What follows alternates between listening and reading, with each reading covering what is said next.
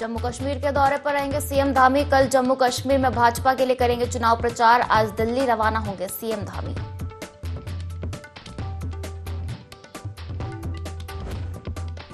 हरिद्वार सांसद देवेंद्र सिंह रावत ने राहुल गांधी पर साधा निशाना। कहा, राहुल गांधी ने नेहरू की गलती दोहराई। देश के खिलाफ बात करने वालों से सम्मान की उम्मीद नहीं।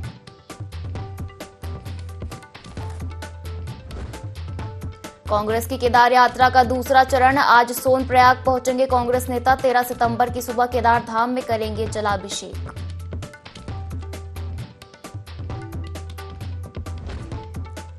विकासनगर में विजिलेंस की टीम ने की छापेमारी। बिजली विभाग के जेई परवेज आलम को घूस लेते हुए रंगे हाथ किया गिरफ्तार। बिजली कनेक्शन के लिए मांगी थी रिश्वत।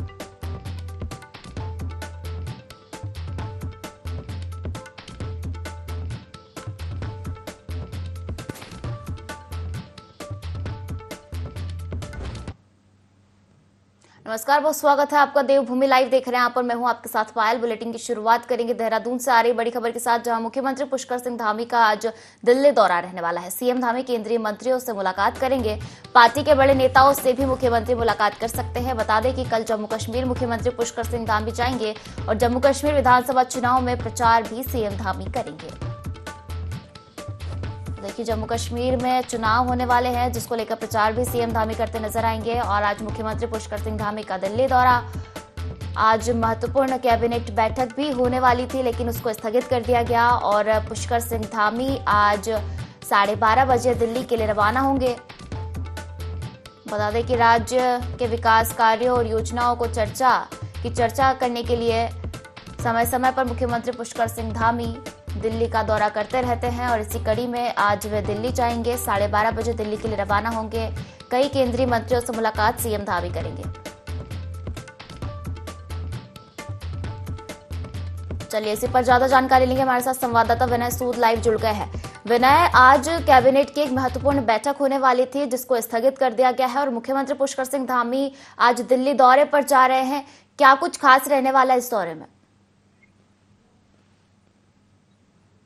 जी बिल्कुल पायल, देखिए आपको बता दें कि मुख्यमंत्री पुष्कर सिंह धामी आज पर साथ ही साथ इसके अलावा यहाँ पर बात की जाए तो जो केंद्रीय मंत्री हैं, इस दौरान मुख्यमंत्री उनसे बात भी करेंगे। मुलाकात जो है इस दौरान उनके केंद्रीय मंत्रियों से होनी है और उत्तराखंड के विकास को लेकर के जो है यहाँ पर मंत्रियों से, केंद्रीय जो मंत्री हैं उन सभी से मुलाकात जो है इस दौरान वो कर सकते हैं। तो देखा जा सकता है कि जो जम्मू कश्मीर की अगर बात करें तो जम्मू कश्मीर में जिस तरह से कल की बात की जाए तो कल जम्मू कश्मीर में चुनाव प्रचार भी करते हुए जो है इस दौरान मुख्यमंत्री पुष्कर सिंह धामी जो है नजर आएंगे, क्योंकि युवा चेहरा है उत्तराखंड का मुख्यमंत्री पुष्कर सिंह धामी की। अगर यहाँ पर बात की जाए तो जिस तरह से उत्तराखंड में विकास कार्य सीएम धामी द्वारा किए जाते हैं, तो उनके कार्यों को देखते हुए जो है अन्य राज्यों से भी जो है उनको यहाँ पर जिम्मेदारी इस दौरान मिलती है भाजपा से। तो ऐसे में देखा जा सकता है कि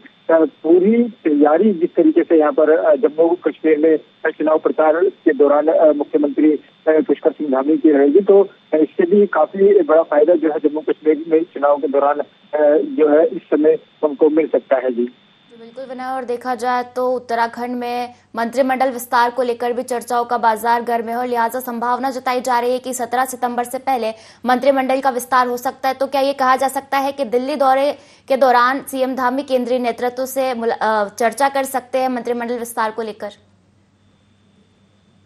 जी बिल्कुल पायल, देखिए आपको बता दें कि जिस तरह से मंत्रिमंडल विस्तार की अगर बात की जाए तो मंत्रिमंडल विस्तार को लेकर के भी जो है हवाएं इस समय तेज चल रही है। और जिस तरह से मुख्यमंत्री पुष्कर सिंह धामी की बात की जाए तो मुख्यमंत्री के जिस तरह से दौरे इस दौरान दिल्ली के हो रहे हैं, तो ऐसे में देखा जा सकता है कि जो प्रयास लगाए जा रहे हैं कि मंत्रिमंडल के को लेकर के भी जो है यहाँ पर बात इस दौरान की जा सकती है और इस पर जो है चर्चा होने के बाद में जो है ये स्थिति क्लियर हो जाएगी कि मंत्रिमंडल को विस्तार को लेकर के क्या कुछ जो है इसमें खास रहा है। तो ऐसे में देखा जा सकता है कि जो दिल्ली आज मुख्यमंत्री पुष्कर सिंह धामी दौरे पर रहने वाले हैं और केंद्रीय मंत्रियों से इस दौरान वो वहाँ पर मुलाकात करेंगे, तो काफी महत्वपूर्ण जो है इसको माना जा रहा है। जी विनय, तो दिल्ली दौरा आज सीएम धामी का रहने वाला है। कई केंद्रीय मंत्रियों से मुलाकात कर सकते हैं। फिलहाल शुक्रिया हमसे जुड़ने के लिए और जानकारी साझा करने के लिए।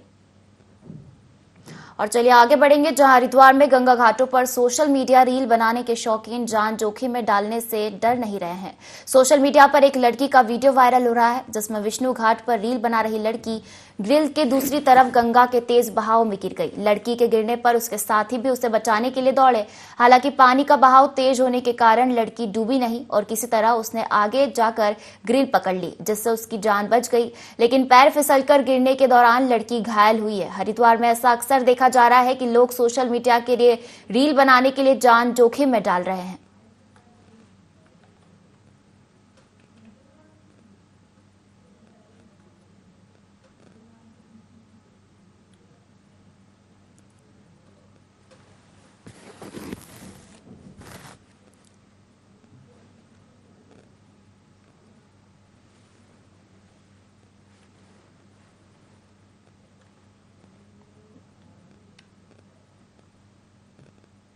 अंतर्राष्ट्रीय शूटिंग चैंपियनशिप में मेडल जीतकर लौटे शौर्य और अभिनव का प्रदेश पहुंचने पर जोरदार स्वागत किया गया। नारसन बॉर्डर से रुड़की तक भव्य रोड शो निकाला, जिसमें लोगों ने जमकर जश्न मनाया। नगर निगम में आयोजित स्वागत कार्यक्रम में दोनों खिलाड़ियों को नागरिक अभिनंदन सम्मान से सम्मानित किया गया। बता दें कि जर्मनी में हैनोवर में अंतर्राष्ट्रीय शूटिंग चैंपियनशिप का आयोजन किया गया, जिसमें रुड़की निवासी शौर्य सैनी ने राइफल शूटिंग में अच्छा प्रदर्शन करते हुए 50 मीटर में गोल्ड और 10 मीटर में रजत पदक हासिल किया है। वहीं अभिनव देशवाल ने पिस्टल शूटिंग में 25 मीटर में स्वर्ण और 10 मीटर में रजत पदक हासिल किया है। दोनों खिलाड़ियों का प्रदेश पहुंचने पर भव्य स्वागत किया गया।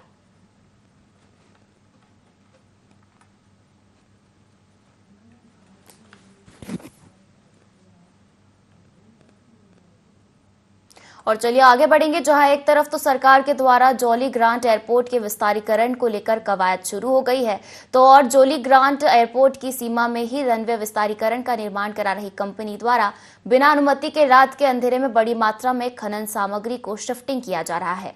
तो वहीं इतनी बड़ी मात्रा में खनन सामग्री के शिफ्टिंग होने से तमाम हरे पेड़ों की बलि चढ़ रही है। ऐसे में सवाल खड़े हो रहे हैं कि आखिर कार्य कर रही कंपनी की ऐसी क्या मजबूरियां हैं कि रात के अंधेरे में इतनी बड़ी मात्रा में खनन सामग्री को उठाया जा रहा है। वहीं जब पत्रकारों द्वारा अधिकारियों से सवाल किया गया तो अधिकारी जिम्मेदार पूरे प्रकरण से बचते हुए नजर आ रहे हैं।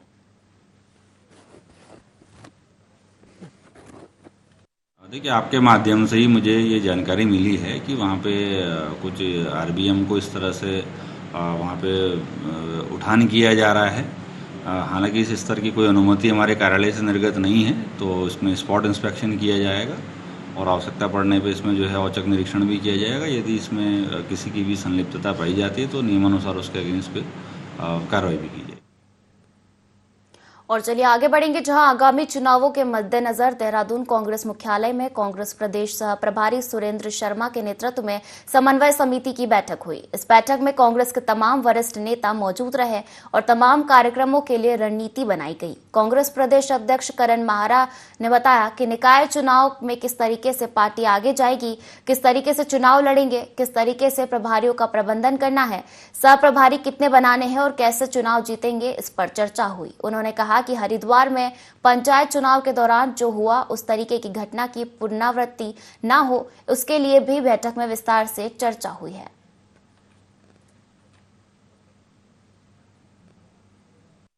आपको मालूम होगा, ये जो कोऑर्डिनेशन कमेटी है ये आला कमान ने ही बनाई है। लोकल लेवल पे ज़्यादा कोऑर्डिनेशन हो, अच्छे से कोऑर्डिनेशन हो, सब लोग मिल के चले, सारे सीनियर लीडर का हर डिसीज़न में इन्वॉल्वमेंट हो, उसके लिए कोऑर्डिनेशन कमेटी बनाई थी। खासकर जो बाई इलेक्शन आना है केदारनाथ का और लोकल बॉडी इलेक्शन जो होने हैं अर्बन बॉडीज़ के और पंचायतों के बाद में, उसके लिए कमेटी बनाई गई थी। उसकी एक मीटिंग थी आज। देखिए, ये कई राजनीतिक निर्णय है जिसको मैं खुल के नहीं कहूँगा। हमारी पहली नहीं है, पहली बैठक हमारी 6 तारीख को जूम मीटिंग से हो चुकी है। आज कुछ जो मैं निर्णय लिया, क्योंकि हमारे सह प्रभारी आदरणीय शर्मा साहब भी यहाँ उपस्थित थे, और उसमें तय किया गया कि हम निकाय चुनाव में किस तरीके से पार्टी आगे जाएगी, किस तरीके से हम चुनाव लड़ेंगे, किस तरीके से हमको प्रभारियों का प्रबंधन करना है, सह प्रभारी कितने बनाने हैं। हरिद्वार जिला पंचायत अध्यक्ष किरण चौधरी ने नवनियुक्त मुख्य विकास अधिकारी आकांक्षा कोड़े से मुलाकात की और फूलों का गुलदस्ता देकर सीडीओ हरिद्वार नियुक्त होने पर उन्हें बधाई दी। जिला पंचायत अध्यक्ष किरण चौधरी ने कहा कि हमारे द्वारा नवनियुक्त मुख्य विकास अधिकारी से मुलाकात की गई है और जिले के विकास के लिए आगे किस तरह कार्य करना है उस पर हमारे द्वारा विचार किया है।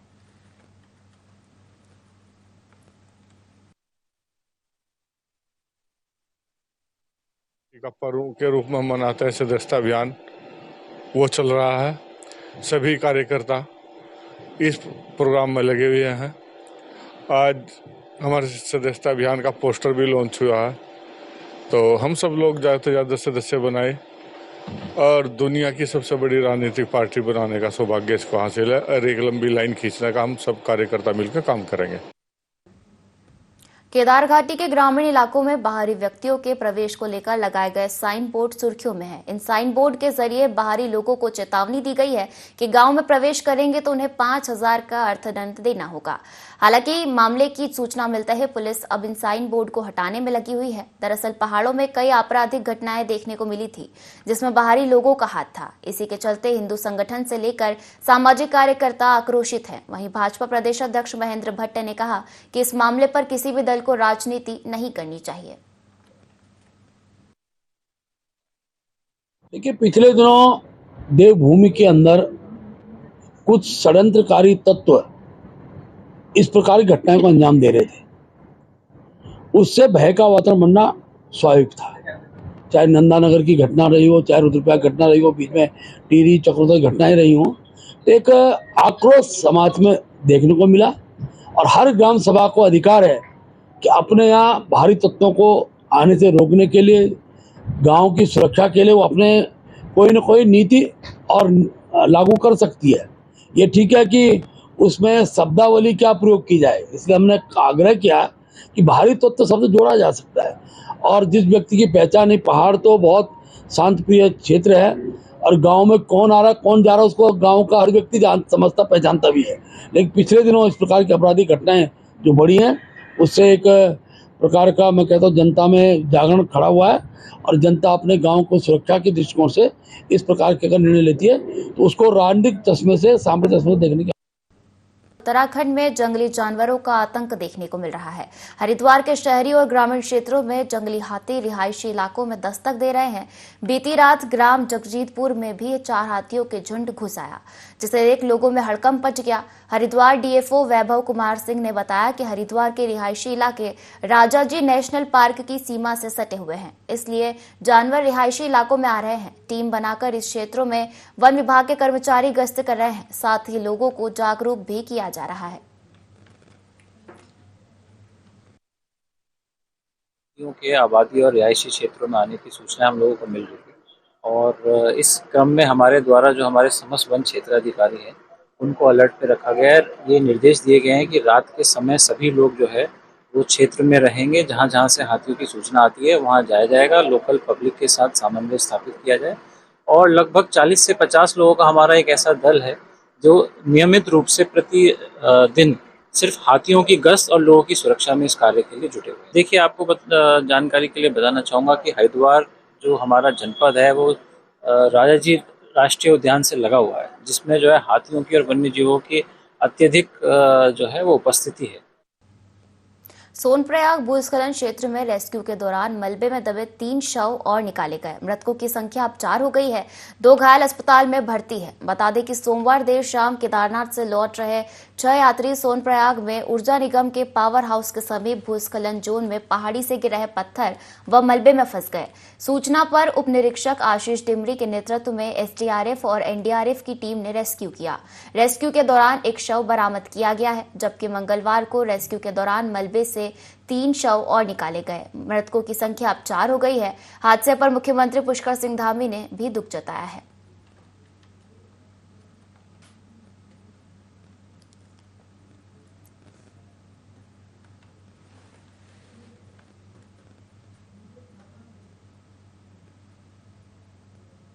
और डोईवाली कोतवाली के भाजपा नेता डोईवाली कोतवाली परिसर में धरना देने को मजबूर है। धरना दे रहे भाजपा नेताओं का कहना है कि डोईवाली कोतवाली के अंतर्गत जोली ग्रांट में भाजपाइयों पर बीती रात फायरिंग के मामले में कोतवाली डोईवाला ने मुकदमा दर्ज करने में देरी की। पुलिस से काफी संख्या में भाजपा नेता नाराज होकर डोईवाला कोतवाल के खिलाफ धरने पर बैठ गए।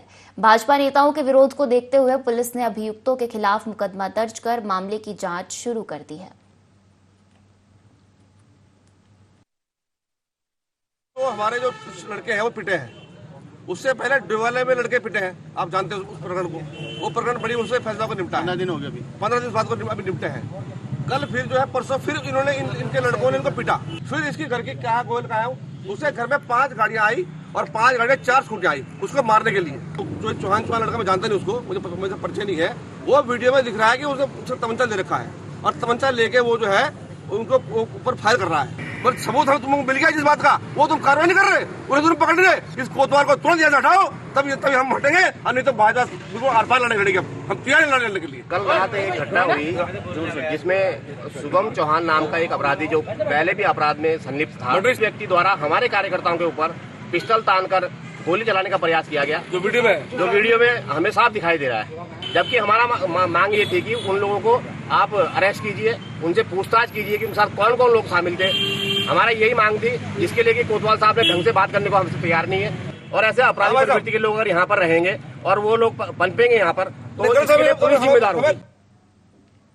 नवागत मुख्य विकास अधिकारी आकांक्षा कोंडे ने हरिद्वार के विकास भवन पहुंचकर अपना कार्यभार ग्रहण किया। इस अवसर पर अधीनस्थ कर्मचारियों ने उनका गर्मजोशी से स्वागत किया और उन्हें बुके भेंट किया। कार्यभार ग्रहण करने के बाद सीडीओ आकांक्षा कोंडे ने पत्रकारों से बातचीत करते हुए अपनी प्राथमिकताएं साझा की। उन्होंने कहा कि सबसे पहले क्षेत्र का निरीक्षण किया जाएगा और क्षेत्र में सड़क, स्वास्थ्य और पानी जैसी मूलभूत सुविधाओं की समस्याओं पर विशेष ध्यान दिया जाएगा। उन्होंने यह भी बताया कि महात्मा गांधी राष्ट्रीय ग्रामीण रोजगार गारंटी योजना और राष्ट्रीय ग्रामीण आजीविका मिशन NRLM के अंतर्गत हो रहे कार्यों का जायजा लिया जाएगा। जो मूलभूत सुविधाएं हैं गांव वालों की, चाहे बिजली है, सड़क है, स्वास्थ्य है, पानी है, इन सभी पे गंभीरता से ध्यान भी दिया जाएगा और सभी डिपार्टमेंट के द्वारा सहयोग करके। और जो हमारे नरेगा है, NRLM है, किस तरीके से इसमें कार्य चल रहा है, कुछ अच्छे कार्य चल रहे हैं, जिस मानकों में हरिद्वार पीछे है उस पर फोकस किया जाएगा और कोशिश की जाएगी कि सभी मानकों में हरिद्वार जो है वो पहले नंबर पे आए। और साथ में जनता और जनप्रतिनिधि है, उनकी परेशानी सुनते हुए नियम अनुसार उसके अकॉर्डिंग कार्रवाई की जाए। देखिए, विभाग में डिपेंड करता है कि वो कौन सी योजना चल रही है। तो की योजना चल रही है, एक तो स्ट्रिक्ट मॉनिटरिंग बहुत जरूरी है और समय समय पे मॉनिटरिंग बहुत जरूरी है। तो ये दोनों अगर चीजें की जाए, समय समय मॉनिटरिंग और बहुत कड़ी मॉनिटरिंग, और अगर बहुत है तो चट से कार्रवाई भी की जाएगी और अच्छा काम किया जा रहा है तो उसको सराहा भी जाएगा। तो इसी मुझे लगता है उस अनुसार जो है काम सुधर जाएगा। और विकासनगर नगर पालिका में पोषण माह कार्यक्रम आयोजित किया गया। कार्यक्रम के तहत बाल विकास विभाग ने आंगनबाड़ी केंद्र में जागरूकता कार्यक्रम का आयोजन किया। इस दौरान लाभार्थी महिलाओं को पोषण की जरूरत और उसकी महत्ता को लेकर जानकारी दी गई। इस दौरान 6 साल तक के बच्चों के वजन और उनकी लंबाई आदि की भी जांच की गई। विभाग के अधिकारियों ने बच्चों के पोषण को लेकर बेहतर खान पान की जानकारी दी। साथ ही महिलाओं की समस्याओं में हो रहे ब्रेस्ट कैंसर के बारे में भी जानकारी दी।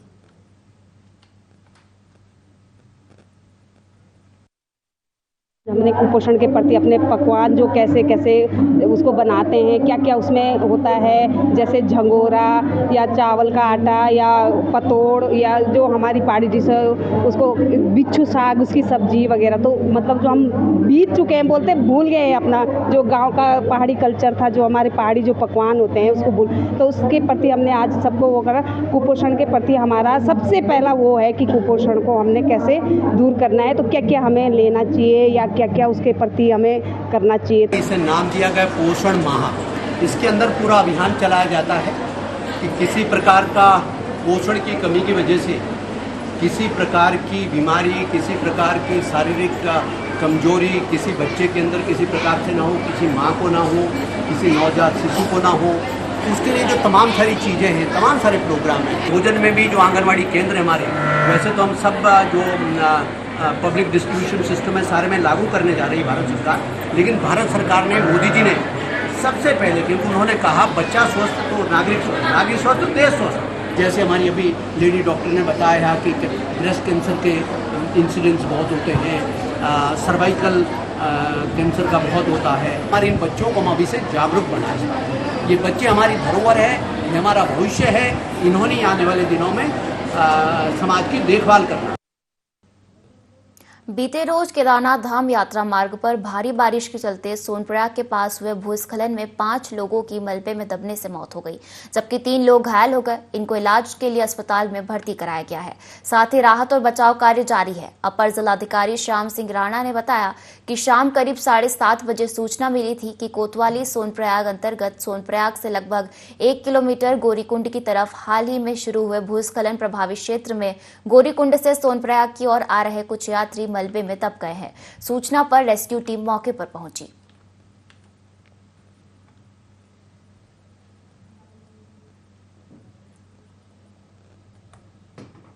सरोवर नगरी नैनीताल में मां नंदा सुनंदा महोत्सव का आगाज हो गया है। यह महोत्सव 15 सितंबर तक चलेगा। मां नंदा सुनंदा की मूर्ति के निर्माण के लिए कदली वृक्ष लाया गया, जिन्हें नगर भ्रमण के बाद नैना देवी मंदिर परिसर में रख दिया गया है, जहां अब कदली वृक्ष से मां नंदा सुनंदा की प्रतिमाओं का निर्माण किया जाएगा। इस अवसर पर कुमाऊं मंडल आयुक्त दीपक रावत मां नैना देवी मंदिर में पहुंचकर कदली वृक्ष की विधि विधान के साथ पूजा अर्चना की, साथ ही मेले का जायजा लिया। नंदा देवी महोत्सव में नैनीताल को देखना और वैसे नैनीताल को देखना दोनों अलग चीजें हैं। इस वक्त जो नैनीताल होता है, मैं समझता हूँ कि इससे अच्छा कभी नहीं होता है, और मेरी कोशिश रहती है हमेशा यहाँ पे रहूं। मुझे व्यक्तिगत रूप से माता जी का आशीर्वाद हमेशा मिलता रहा है, बच्चों को भी, फैमिली को भी। मेले की जो व्यवस्थाएं हैं साल दर साल अच्छी हो रही हैं। इनफैक्ट अब मानस खंड में भी इसको ले लिया गया है, और उसके तहत जो काम किए जाने हैं उनकी कार्रवाई वर्तमान में चल रही है।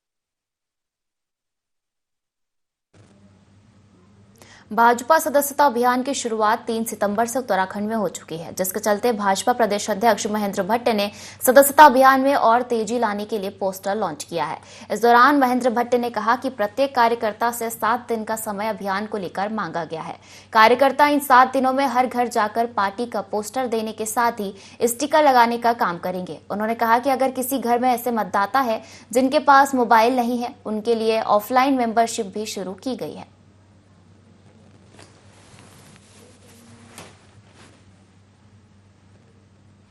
और इसी के साथ इस बुलेटिन में फिलहाल इतना ही। आप बने रहिए IND24 के साथ। नमस्कार।